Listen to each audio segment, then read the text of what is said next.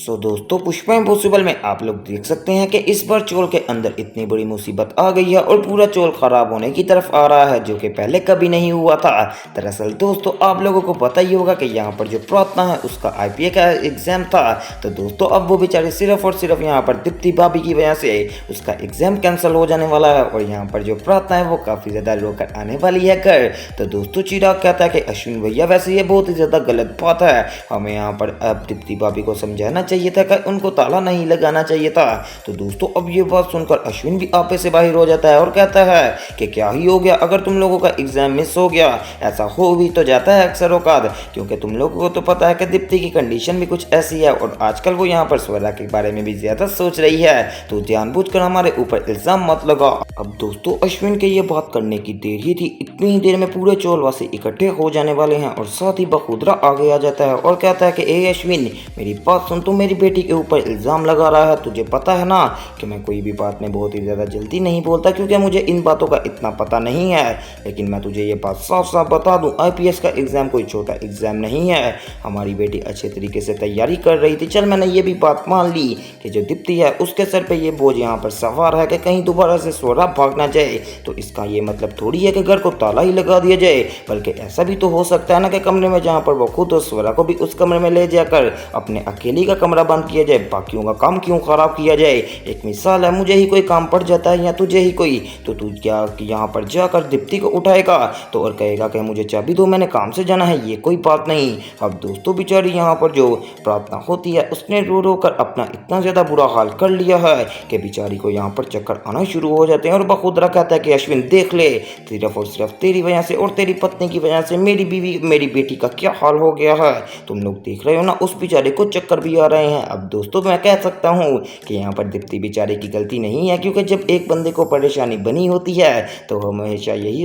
सोचता है कि दोबारा से कहीं ऐसा ना हो जाए, लेकिन दीप्ति कुछ ज़्यादा ही केयर कर रही है। हाँ इस बात को मानता हूँ कि उसको ऐसा नहीं करना चाहिए कि मेन गेट को ही ताला लगा दे, इस तरह तो बहुत ज़्यादा लोगों को यहाँ पर मुश्किल होगी। अब दोस्तों जब सुशीला देखती है कि बखुदरा काफ़ी ज़्यादा गुस्सा हो रहा है तो सुशीला कहती है कि आप छोड़ दीजिए, कोई बात नहीं, बच्ची ही है, उससे गलती हो गई। तो दोस्तों बखुदरा कहता है कि सुशी तो चुप कर, मुझे पता है कि मैं यहाँ पर क्या कर रहा हूँ। तो दोस्तों अश्विन कहता है कि बखुदरा जी आप इतनी यहाँ पर बात कर रहे हैं, हमें कोई नहीं, इसके यहाँ पर एग्जाम का वजन मुझे और सिर्फ अपनी बीवी का है, और यहाँ पर बीवी ने जो मुझे नए 2 बच्चे देने हैं मुझे उनकी फिक्र हो, मैं क्यों किसी के आईपीएस के एग्जाम की फिक्र करूँ। अब दोस्तों जब यहाँ पर अश्विन ये बात करता है तो बखुदरा भी गुस्से में आ जाता है और साथ ही चिराग भी, और कहता है कि भैया ये आप कैसी बात कर रहे हैं। तो यहाँ पर दीप्ति भी देखती है कि मामला काफ़ी ज़्यादा ख़राब होता जा रहा है, कहीं ऐसा ना हो जाए कि हम सबको अलग-अलग होना पड़ जाए। तो दोस्तों दीप्ति कहती है कि मैं सबके सामने आप लोगों को कह रही हूँ कि गलती मेरी है, मैंने आपकी अपनी गलती मान भी ली,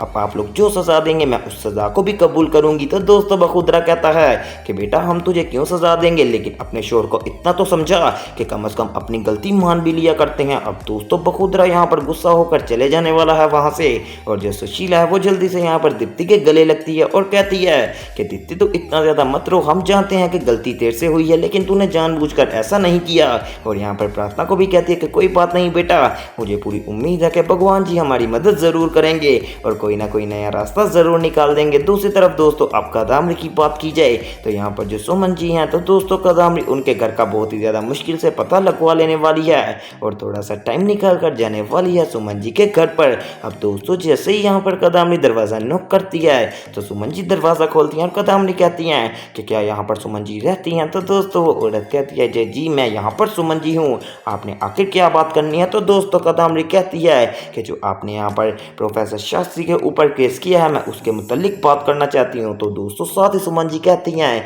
कि आप कौन है और कौन है, मैं इस बारे में नहीं जानती, लेकिन मैंने आपसे इस मुतल्लिक बात नहीं करनी। तो दोस्तों साथ ही कादामरी कहती है कि हो सकता है कि मैं आपकी मदद ही करूँ, क्योंकि आपको नुकसान तो मैं पहुँचाऊँगी नहीं, क्योंकि आपका भी एक ही यहाँ पर शिकार है और मेरा भी एक ही शिकार। अब दोस्तों सुमन जी यहाँ पर कादामरी को घर के अंदर ले आती हैं और कादामरी कहती है कि मैं तुम्हें साफ साफ बात बता देती हूँ कि जब एक प्रोफेसर शाह से किसी भी लड़की के साथ ऐसी घिनौनी हरकत करेगा तब वो किसी के साथ भी ऐसा कर सकता है, और इस ऐसे बंदों की कभी भी माफ़ी नहीं होनी चाहिए। तुम बहुत ही ज़्यादा बढ़िया कर रही हो, लेकिन जो तुमने ये रास्ता चुना है ये बहुत ही ज़्यादा कठिन रास्ता है और तुम्हें एंड तक ऐसे ही रहना पड़ेगा। रास्ते में बहुत ही ज़्यादा ऑफरें आएंगी, अगर तुमने यहाँ पर अपना इंसाफ पाना है तो तुम्हें उन सब ऑफरों को ठुकराना पड़ेगा। हाँ मैं तुम्हारी एक मदद ज़रूर कर सकती हूँ कि अगर तुम्हें किसी भी मौके के ऊपर पैसों की ज़रूरत पड़े या फिर कोई ताल्लुक की ज़रूरत पड़े या फिर कोई भी चीज़ की वकील वगैरह की ज़रूरत पड़े तो सिर्फ और सिर्फ मुझे कॉल कर लेना। मैं हूँ कादम्बरी और मैं तुम्हारी मदद ज़रूर करूँगी। तुमने अक्सर मेरा यहाँ पर नाम सुना ही होगा। तो दोस्तों सुमन जी कहते हैं ठीक है कादम्बरी जी, वैसे क्या आप मुझे एक बात बता सकती हैं कि आखिरकार आप प्रोफेसर जी से क्यों बदला लेना चाहती हैं? तो दोस्तों कादम्बरी कहती है कि क्योंकि उसने एक तुम्हारे साथ गलत किया है और दूसरा वो मेरा यहाँ पर बहुत ही मेन दुश्मन है, मैं उससे बदला ज़रूर लूँगी। तो उसी तरफ दोस्तों पुष्पा जी भी यहाँ पर सुमन जी के घर आने वाली हैं, क्योंकि आपको याद ही होगा कि उन्होंने जेल में प्रोफेसर शास्त्री से सारी बात की है। अब दोस्तों जब वो रास्ते में आती हैं तो किसी न किसी बंदे से सुमन जी का घर पूछ लेती हैं, तो अब वो बंदा बता देने वाला है कि आप बिल्कुल सीधा जाएंगी तो सीधे हाथ एक घर है जो कि यहाँ पर सुमन जी का है और आपको सुमन जी वहीं पर मिलेंगी। अब दोस्तों पुष्पा आती है और दरवाज़ा नॉक करती है, अंदर बैठी होती है कादम्बरी और सुमन जी। जल्दी से सुमन जी यहाँ पर दरवाज़ा खोलने के लिए जाती है, लेकिन जैसे ही दोस्तों वो डोर के आर पार देखने वाली है तो उसको नजर आता है कि ये तो पुष्पा यहाँ पर खड़ी है। अब दोस्तों सुमन जी कहती हैं कि कादम्बरी जी पुष्पा यहाँ तक आ पहुंची है, अब यहाँ पर हम क्या करेंगे? जब दोस्तों कादम्बरी को इस बारे में पता लगता है तो वो कहता है कि तुम खामोश हो जाओ, मैं खुद संभालूंगी। अब दोस्तों आखिर यहाँ पर किस तरह कादम्बरी इस सारी सिचुएशन को संभालेगी, मुझे तो इस बारे में कुछ भी समझ नहीं आ रही। और आप लोगों की इसके बारे में क्या राय है मुझे कमेंट्स में लाजमी बता सकते हैं। सो दूसरी तरफ दोस्तों आप लोग देख सकते हैं कि वैसे जो इस बार यहाँ पर प्रार्थना के साथ हुआ है दोस्तों वो नहीं होना चाहिए था, क्योंकि जाहिर सी बात है अगर एक बंदा यहाँ पर पूरा 1 साल मेहनत करेगा आईपीएस के एग्जाम के लिए और बिल्कुल एग्जाम के वक्त यहाँ पर वो लेट हो जाए और उसका एग्जाम कैंसिल हो जाए तो दोस्तों उसको गुस्सा तो आएगा। बिल्कुल इसी तरह यहाँ पर प्रार्थना के साथ ये सारी चीज़ें हो गई हैं और अब दोस्तों वो रोती रोती आने वाली है दोबारा वापस घर। और जब घर आती है तो चिराग देखकर काफ़ी ज़्यादा शॉक्ड हो जाता है और कहता है कि प्रार्थना इतना ज़्यादा रो क्यों रही है, आखिर ऐसी कौन सी बात होगी, क्या तेरा एग्जाम ठीक नहीं हुआ? तो दोस्तों प्रार्थना कहती है कि चिराग काश ऐसा हुआ होता कि मैं यहाँ पर अपनी गलती की वजह से एग्जाम में रह जाती, लेकिन जो इतना बड़ा कांड हो गया है सिर्फ और सिर्फ दीप्ति भाभी की वजह से। अब दोस्तों चिराग सोच में पड़ जाने वाला है कि आखिर ऐसी कौन सी बात हो गई जो दीप्ति भाभी ने कर दी। तो दोस्तों यहाँ पर प्रार्थना बताती है कि जब मैं जाने लगी थी तो आपको याद ही होगा कि दीप्ति भाभी ने ताला लगा दिया था और हमने बहुत ही ज़्यादा देर लगाकर चाबी ढूंढी थी और मैं जल्दी से भागकर चली गई थी। मुझे ऐसा लगा था कि मैं वहां पहुंच जाऊंगी, लेकिन मैं वक्त पर वहां नहीं पहुंच सकी, पूरे 30 मिनट लेट हो गई थी। और यहाँ पर जो मेरे प्रिंसिपल थे उन्होंने कहा कि आपके तरफ के यहाँ पर बाकी बच्चे भी आए थे और वो एग्जाम देकर चले गए हैं, अब आप नहीं आई तो हम आपके बाप के नौकर नहीं हैं, इस वजह से अब यहाँ से आप जा सकती हैं, आपको 1 साल दोबारा मेहनत करनी पड़ेगी और अब जो दोबारा एग्जाम आएगा तो आपको टाइम पर आना पड़ेगा। अब दोस्तों ये बात कहकर यहाँ पर प्रार्थना और भी ज़्यादा रोना शुरू कर देने वाली है। दूसरी तरफ दोस्तों अगर यहाँ पर बात की जाए जो कादम्बरी है उसने सुमन जी को अपने पास बुला लिया है और उसको ऑफर भी करवा दिया कि तुमने ऐसा करना है कि जो यहाँ पर प्रोफेसर शास्त्री हैं उनसे केस वापस नहीं लेना बल्कि उनके ऊपर और ज़्यादा केस डाल देने हैं और उनको तकरीबन 2 से 3 साल जेल के अंदर रहने देना है। अगर तुमने ऐसा कर दिया तो मैं तुम्हें अच्छे खासे पैसे दूंगी। अब दोस्तों सुमन जी जाहिर सी बात है